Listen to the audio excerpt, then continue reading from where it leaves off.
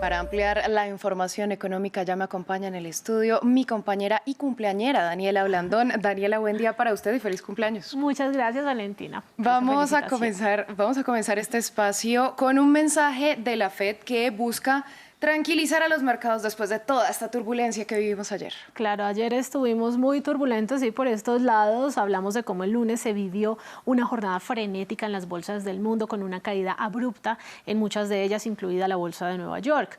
Todo por el hecho de que en Estados Unidos se comenzó otra vez a hablar de recesión después de que el viernes se conocieran datos débiles de empleo. Una de las hipótesis de los analistas tiene que ver con que la Reserva Federal probablemente ha esperado demasiado para comenzar a recortar esas tasas de interés que hoy están en su nivel más alto en más de 2 décadas. Pues la presidenta de la FED de San Francisco quiso poner paños de agua tibia sobre esta preocupación generalizada, aunque hizo también una advertencia. Escuchemos. Hemos confirmado que el mercado laboral se está desacelerando y es extremadamente importante que no dejemos que se desacelere, tanto que convierta la economía en una recesión. Simplemente no queremos ver eso y no lo vemos todavía.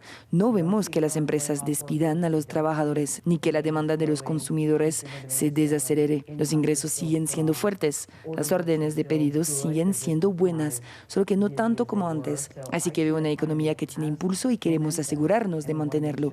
Porque una economía perfecta es aquella en la que hay estabilidad de precios y crecimiento sostenible.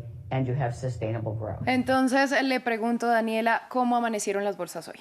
Vamos a hacer entonces este repaso. Según la agencia especializada Bloomberg, en el lapso de 3 semanas que han sido bastante convulsas, unos 6,4 billones de dólares se han borrado de los mercados bursátiles mundiales, incluido un lunes dramático. Esto es 2 veces lo que vale Apple, para que se hagan una idea de todo lo que se ha perdido en capitalización bursátil, que quiere decir el valor de las empresas.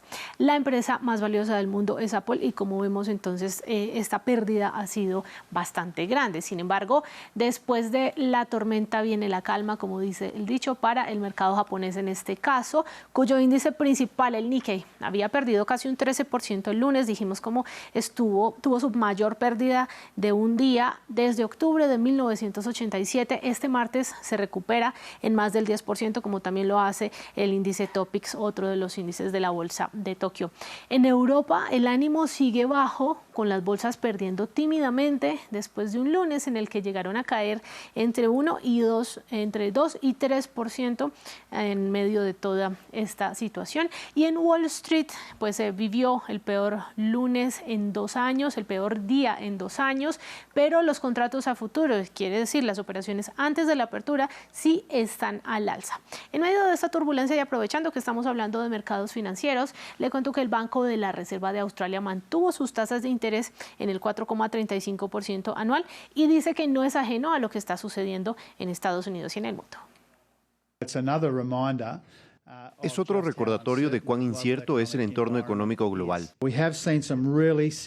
Hemos visto una volatilidad realmente significativa en los mercados en los últimos días y nuestros propios mercados se han visto afectados en consecuencia. Esto ha sido impulsado por un crecimiento del empleo y de las ganancias tecnológicas más débiles de lo esperado en Estados Unidos, así como por el aumento de las tasas de interés japonesas que también afectan a los mercados asiáticos. Daniela, estábamos hablando hace poco justamente que el peso mexicano era una de las monedas que más se había valorizado el año pasado, pero resulta que fue uno de los grandes perdedores en la jornada del lunes. Y ha venido teniendo una depreciación a lo largo de todo este año, pero vamos a hablar de los últimos días porque la depreciación del peso mexicano se extendió a su tercer día el lunes, acumula pérdidas del 5,2% en este lapso, ya que México es muy sensible a lo que suceda en Estados Unidos. ¿Por qué? Porque es su principal socio comercial y es el destino de más del 80% de sus exportaciones. Así que si se dice que va a haber una recesión en Estados Unidos, de inmediato reaccionan los mexicanos. La moneda local cayó a mínimos desde octubre de 2022 y los ciudadanos ya se preparan para ver más fluctuaciones del tipo de cambio, un tipo de cambio que ha sido bastante estable en los últimos años, pero va a tener fluctuaciones en los próximos días y meses. Veamos qué dicen en las calles. Yo pienso que nos beneficiaría por los turistas que se les hace barato el modo de estar paseando en México, porque para ellos es un favoritismo que su dólar esté caro. Esto va a ser mañana, pasado mañana, en diciembre, en enero, siempre va a subir y va a bajar. Lo que pasa es de que lo que más perjudica es la especulación. Bueno, en Bangladesh teníamos 15 años con Sheikh Hasina al frente del Ejecutivo, protestas reprimidas, 400 muertos más o menos. Vimos cómo huyó del país la ya ex primera ministra y ahora el movimiento estudiantil está llamando a alguien que es conocido como el banquero de los pobres. ¿De quién estamos hablando? Pues después de esta renuncia de la primera ministra Sheikh Hasina, el presidente de la nación disolvió el parlamento, también dio luz verde a la formación de un gobierno interino. Esta persona, Muhammad Yunus, es conocida como el banquero de los pobres, como usted lo dice, y es una figura que los estudiantes quieren ver en un país que, como vemos en este gráfico, ha mostrado un muy buen crecimiento en los últimos años. Vemos cómo se ha ubicado este crecimiento entre el 5 y el 8% desde el 2004, es decir, en las últimas 2 décadas, un crecimiento que cualquier país quisiera tener, y esto se debe al impulso de su industria textil. Lo hablábamos acá también, como la mayoría de las grandes empresas textiles, de las grandes empresas del mundo, tienen Es decir, es altamente probable que algo que usted use, que yo use, que usemos todos aquí, venga de Bangladesh. Es muy probable que venga de Bangladesh o que venga de Vietnam, de estos países asiáticos en donde la mano de obra es bastante barata, y es por eso también que se han desatado estas protestas, porque los jóvenes quieren verse, quieren verse en un mercado laboral público en donde les dan muchas más muchas más oportunidades, y pues bueno, esa ha sido la razón de las protestas. Ahora vamos a ver quién es Muhammad Yunus. Muhammad Yunus, Premio Nobel de la Paz, ha sido propuesto por el movimiento estudiantil de protesta de Bangladesh como asesor especial del nuevo gobierno provisional. Todavía no se ha confirmado si el economista aceptará el cargo, pero en declaraciones a France 24, Yunus se mostró entusiasmado con las perspectivas de su país tras el derrocamiento de la ex primera ministra Sheikh Hasina. El concepto de gobierno interino es que se encargará de celebrar elecciones, porque hace muchos años que no celebramos elecciones, así que por primera vez habrá elecciones, unas elecciones justas y transparentes para que todo el mundo pueda votar y decidir qué tipo de personas quieren enviar al gobierno, qué tipo de personas quieren en el Parlamento.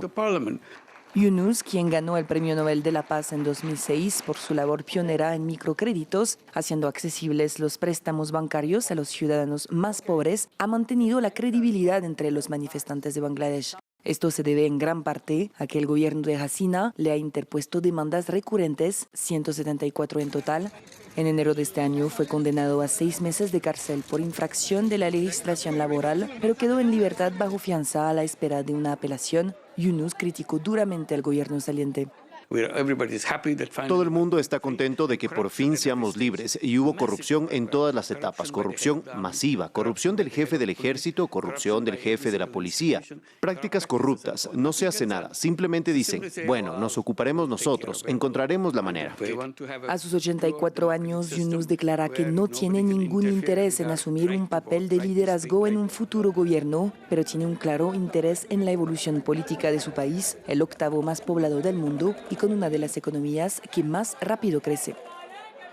Daniela, continuamos. Google perdió una batalla legal contra las autoridades de Estados Unidos. Tecnología y economía siempre en France 24 van de la mano. Un juez estadounidense dictaminó el lunes que la empresa violó la ley antimonopolio al gastar miles de millones de dólares para crear un monopolio ilegal y convertirse en el motor de búsqueda predeterminado del mundo. Es la primera gran victoria de las autoridades federales al enfrentarse al dominio del mercado de las grandes tecnológicas, porque Google controla alrededor del 90% del mercado de búsqueda en línea y el 95% en los teléfonos inteligentes. Esta disputa, vamos a verlo, podría extenderse, ya que Google tiene derecho, y dijo también que apelará la decisión, y se suma, como vemos, a otros esfuerzos contra las grandes tecnológicas, un sector que ha estado bajo fuego desde el espectro político. A Alphabet se suman Apple, Meta y Amazon en los casos abiertos en Estados Unidos por su posición dominante en asuntos que van desde la venta de teléfonos inteligentes, hablando de Apple, hasta prácticas ilegales en suscripciones Prime, hablando de Amazon. Bueno, hoy vamos a hablar de los Juegos Olímpicos porque la economía está en todos los campos de la actualidad y detrás de los deportistas están sus marcas. Claro que sí, es transversal a toda la economía. El campeón olímpico de 400 metros vallas, Karsten Warholm, usará unos zapatos que el dinero no puede comprar y diseñados solamente para él al defender su título en los Juegos Olímpicos próximamente. El noruego pasó un tiempo en una fábrica, mire usted, en Vietnam, lo veníamos hablando, con su patrocinador Puma para crear el Berserker, del que hicieron entre 10 y 12 prototipos hasta llegar a este modelo final que están viendo en pantalla. Las compañías de calzado invierten millones de dólares en tecnología para darles a los atletas ganancias marginales, aunque sí tienen que trabajar dentro de las reglas para que este calzado que usan no les dé demasiadas ventajas. En todo caso, Puma dice que su tecnología puede brindar a los atletas una ganancia marginal entre el 1 y el 2%. ¿Qué quiere decir eso? Pues se traduce en décimas de segundo en esta disciplina de Warholm, lo que significa suficiente para marcar la diferencia entre el oro y la medalla de plata. Una diferencia nada marginal. Nada marginal, si se tiene en cuenta pues, el oro, ¿no? Y vamos a cerrar con la cifra del día. 1,1% que subieron en junio los salarios reales en Japón, es decir, ajustados con la inflación. Es su primera alza en 27 meses y quiere decir que los incrementos de las empresas están logrando equiparar los ajustes de precios. Esto se hace notable por primera vez entonces el fruto de las negociaciones salariales que hubo en marzo pasado entre la principal patronal y los sindicatos, que han derivado en las mayores subidas salariales en 33 años. Japón, un país que siempre ha tenido niveles bastante estables de salarios y de inflación. Pues Daniela, a usted muchas gracias por esta ampliación económica. Nos vemos acá otro día, no será mañana, pero sí el jueves. Claro que sí, a ustedes muchas gracias por su sintonía. Breve pausa y volvemos.